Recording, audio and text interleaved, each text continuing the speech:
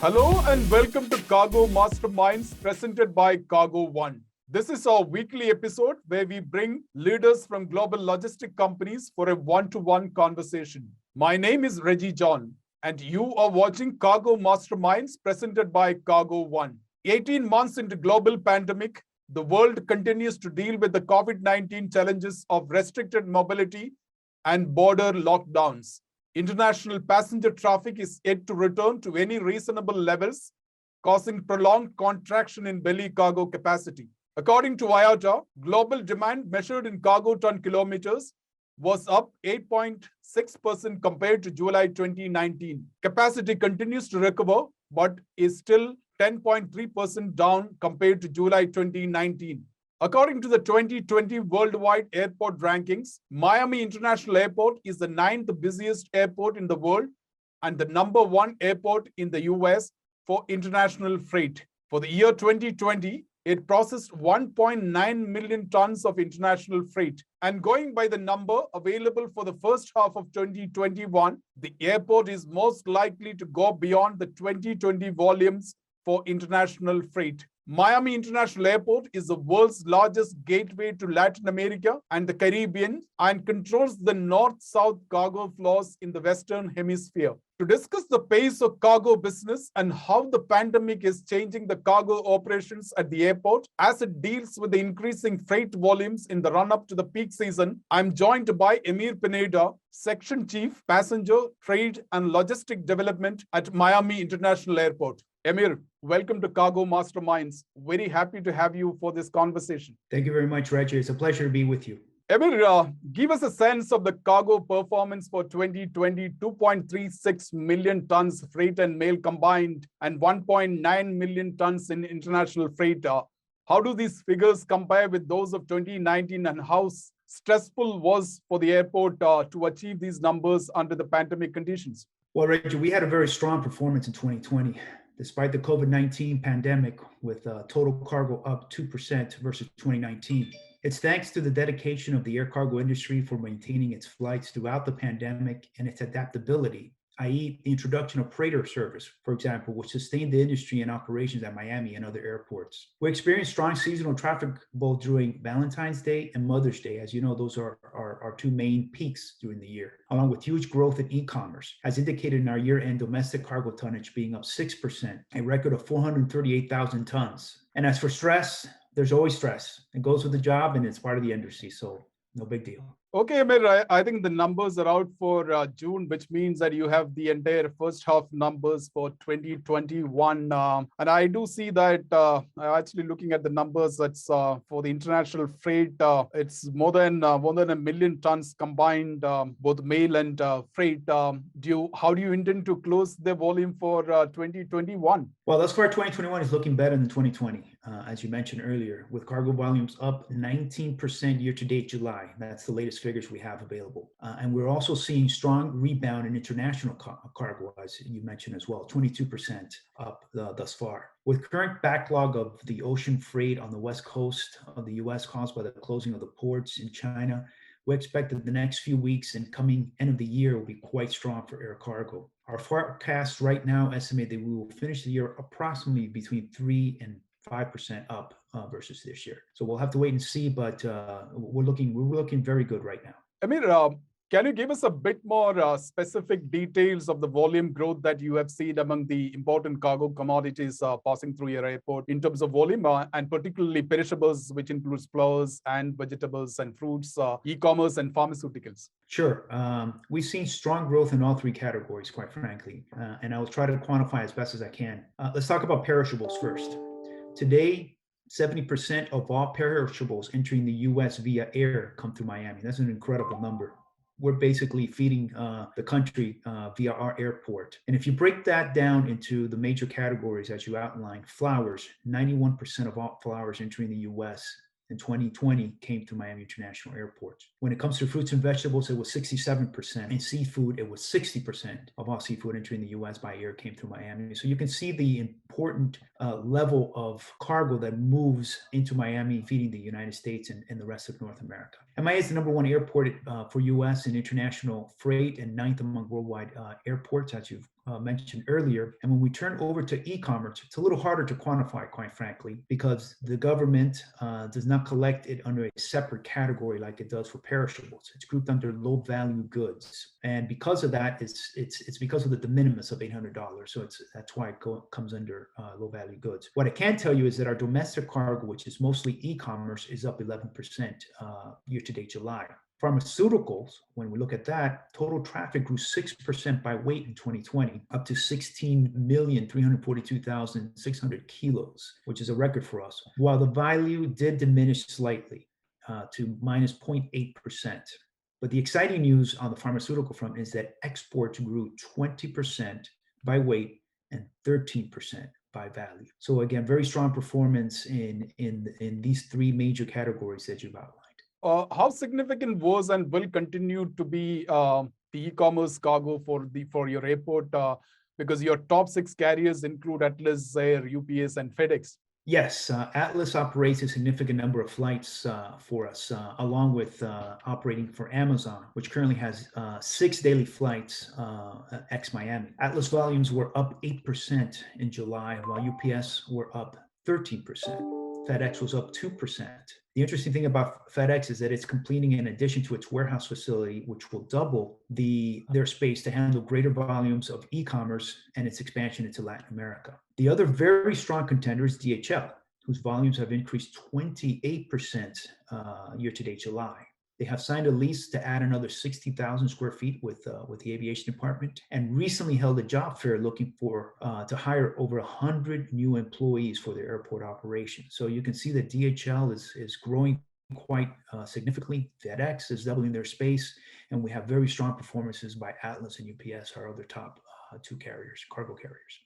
Okay, Emir, being the first airport in the US to be IATA certified, what have you seen the growth of cargo volume through Miami? And going forward, how do you intend to position Miami as a key gateway airport for temperature-controlled cargo, both for the US bound and for South America? Yeah, great question, Reggie. Thank you. The IATA CIV certification has enabled Miami to promote itself as a premier pharma distribution airport and has contributed to strong growth, 3 years of volumes exceeding 15,000 kilos, with revenues of $3.7 billion last year. And we are well on our way to surpass that number this year. One of the things we're working on lately is pharma trade lane validation. We're working with other airports to validate airline route segments from both sides as pharma lanes, building up the confidence of the pharma shipper to use our airport as key distributor of their pharma product. We're working with Pharma.Aero on the validation, and we will be releasing the results of the analysis soon. So we should have very good results and then be able to announce new pharma trade lanes with airports that we're working with in the very near future. So good progress. In 2020, you had the launch of a few new routes and additional frequencies of carriers connecting Miami with Brussels, a key pharma hub. How do these connections add more volume and value to Miami Airport? Well, historically, we had service to Brussels on and off from different passenger carriers, but never by cargo airlines. This came about last year with both airports. I conducted some analysis, which concluded that MIA Brussels was a viable route and would connect major pharma manufacturing centers with a major pharma distribution center. Once airlines like DHL and Amerijet decided to launch the route, it's proven quite sustainable. With our 2 markets now having direct service, this opens opportunities for other products such as perishables, high-tech goods, auto parts, for example, aerospace, etc., which obviously adds to the economic impact of the local communities on both sides of the Atlantic. Now, give us a sense of the size of your top carriers, the volume they bring into Miami Airport. Sure. Our top carriers represent the lion's share of Miami's cargo, and they are in order of tonnage. Number 1, Atlas, which also is Amazon, with 235,000 tons. At number 2, it's UPS with 170,000 tons. Number 3 is Tampa, which is also Avianca Cargo with 139,000 tons. At number 4 is LATAM with 136,000 tons. And at number 5 is Amerijet at 118,000 tons. These represent the largest carriers at the airport. After this, the tonnage falls under 100,000 tons. But just to put things into perspective, some of these airlines carry more cargo that entire airport does on an annual basis. So you can see that we have tremendous size by some of the carriers that we fly here at the airport. American Airlines is the largest passenger carrier in Miami, and they only offer belly cargo. How does the reduction in American Airlines passenger flights affect the overall cargo volume of Miami Airport? Can you quantify it approximately? Obviously, we felt the reduction of American Airlines cargo, which has historically been amongst our top 5 cargo carriers. They have a tremendous network in Miami, being our hub carrier. So because of that size, they also represented a large number for our cargo volumes. At present, American Airlines cargo is in our 7th position with 84,000 tons year-to-date July. Which is quite significant given that most of their international routes they were flying are still not in operation. And their domestic network has come back very strongly, and it's probably up to 90-95% of what it was prior to the pandemic. So on the domestic side, strong performance, or the operations are back to where they were before, just about.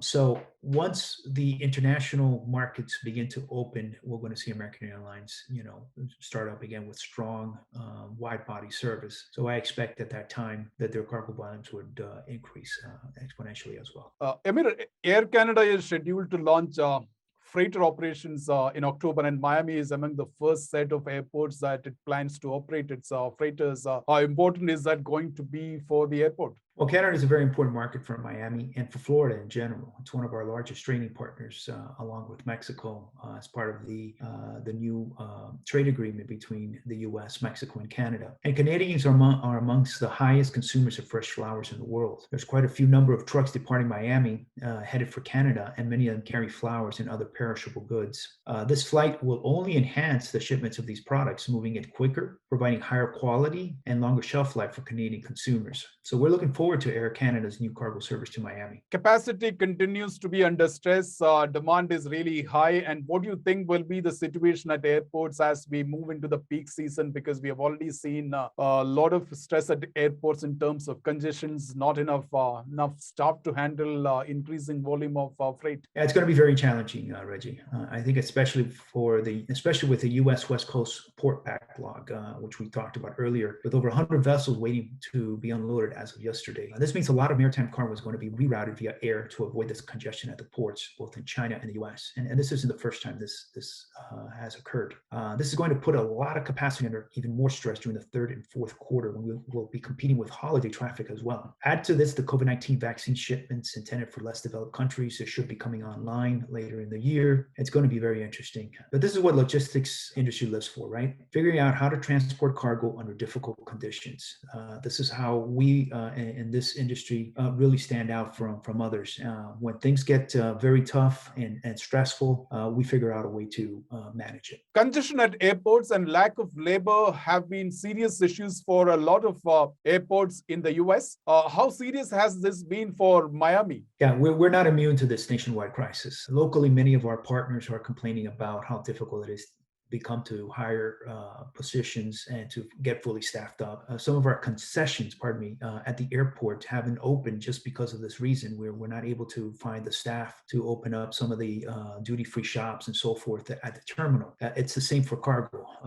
Some of them have conducted large job fairs. I mentioned earlier about DHL looking to hire 100 people. Some of them are now offering higher salaries and more benefits, but it's still very difficult to find people. We'll have to wait and see if things start improving later in the year, but it's a challenge. It really is for our community and I think across the country. How do you look at the current supply-demand mismatch? It's been a problem for the air freight industry for the last 18 months, and it continues to be. Do you have any estimate as when there will be an equilibrium in the market? Yeah, very difficult to answer, Reggie. But I do think it won't be anytime soon. As long as we have to deal with the COVID-19 challenge that we're facing, I don't see any equilibrium returning to the market. It's only going to be when more people and in countries get fully vaccinated that we slowly return to a sort of normal, and whatever normal is in the future, we're going to have to deal with this issue. So I don't see any changes in the near future for this. It's going to take some time.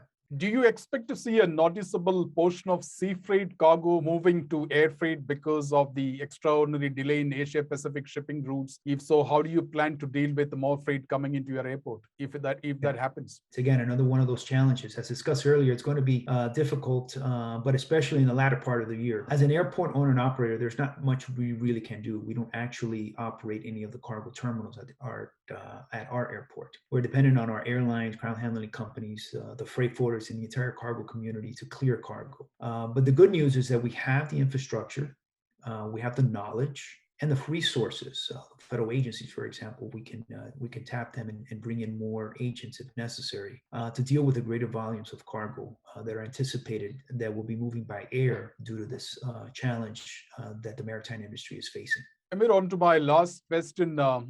In early August this year, Hill International was awarded a $5 billion capital improvement program to support modernization projects at the airport, as it is expected to handle close to 4 million tons of cargo by 2040. How much of that investment is coming into facility upgrade and new infrastructure for cargo? Our best estimate put the number at approximately $500 million.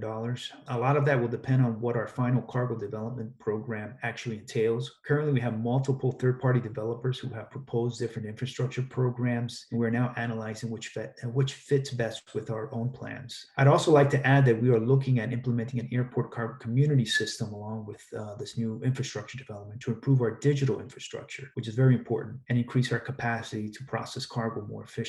So we're looking at this not only from a physical, but also from a digital standpoint to make sure that we are positioning ourselves in the best way for the future to be as competitive as possible. Emir, thank you so much for finding time to talk to us. Appreciate it. Thank you very much, Reg. It was a pleasure speaking with you today. That was Emir Pineda, Section Chief, Passenger, Trade and Logistic Development at Miami International Airport. I hope you enjoyed watching this interview. If you like what we do, please do share this video among your network. Also, if you're not a subscriber of our YouTube channel, please do subscribe now and click the bell icon so that you do not miss any of our new videos. Join me next Monday as I bring a new guest for a one-to-one conversation here in Cargo Masterminds.